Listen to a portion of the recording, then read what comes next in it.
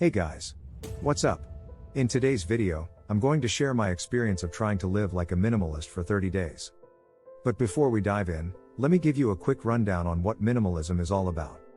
Minimalism is a lifestyle that encourages intentional living by decluttering, simplifying, and focusing on the things that truly matter. It's about living with less stuff and more intentionally. Now, I've always been a bit of a hoarder, so this challenge was definitely going to be tough for me. The rules. For this 30-day minimalism challenge, I set a few ground rules for myself. 1. Declutter my living space and get rid of anything I didn't need or use regularly. 2. Follow the one in, one out rule for any new possessions.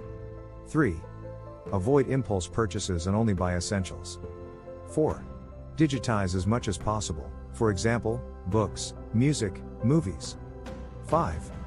Focus on experiences over material possessions. Day 1 to 7, the purge. The first week was all about decluttering and getting rid of stuff. I went through every room, every closet, and every drawer, ruthlessly evaluating each item. If it didn't serve a purpose or bring me joy, out it went.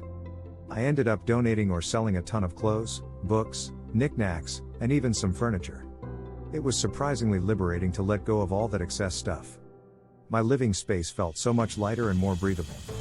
Day 8 to 14, embracing simplicity. With my living space decluttered, the next week was about simplifying other aspects of my life. I unsubscribed from unnecessary emails, canceled subscriptions I wasn't using, and even went through my digital clutter, deleting apps, files, and photos I no longer needed. I also started practicing mindfulness and being more intentional with my time and energy. Instead of mindlessly scrolling through social media or binge-watching shows, I focused on activities that brought me joy and enriched my life, like reading, exercising, and spending quality time with loved ones. Day 15 to 21, the struggle. Around the halfway point, I hit a bit of a wall. Old habits die hard, and I found myself struggling with the temptation to shop and accumulate more stuff.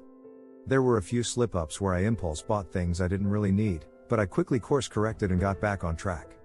This period taught me a valuable lesson about being mindful of my spending and consumption habits. I realized that a lot of my shopping was driven by emotional triggers rather than actual need. Day 22 to 30, finding balance. As I entered the final stretch of the challenge, I started to find a healthy balance between minimalism and practicality. While I loved the freedom and clarity that minimalism brought, I also recognized that there were certain possessions and indulgences that genuinely added value to my life. So, instead of depriving myself completely, I focused on being more intentional with my purchases and possessions. If something truly brought me joy or served a practical purpose, I allowed myself to have it, but I was more mindful about the quantity and quality. The takeaways. After 30 days of living like a minimalist, here are my biggest takeaways. 1. Decluttering is incredibly freeing.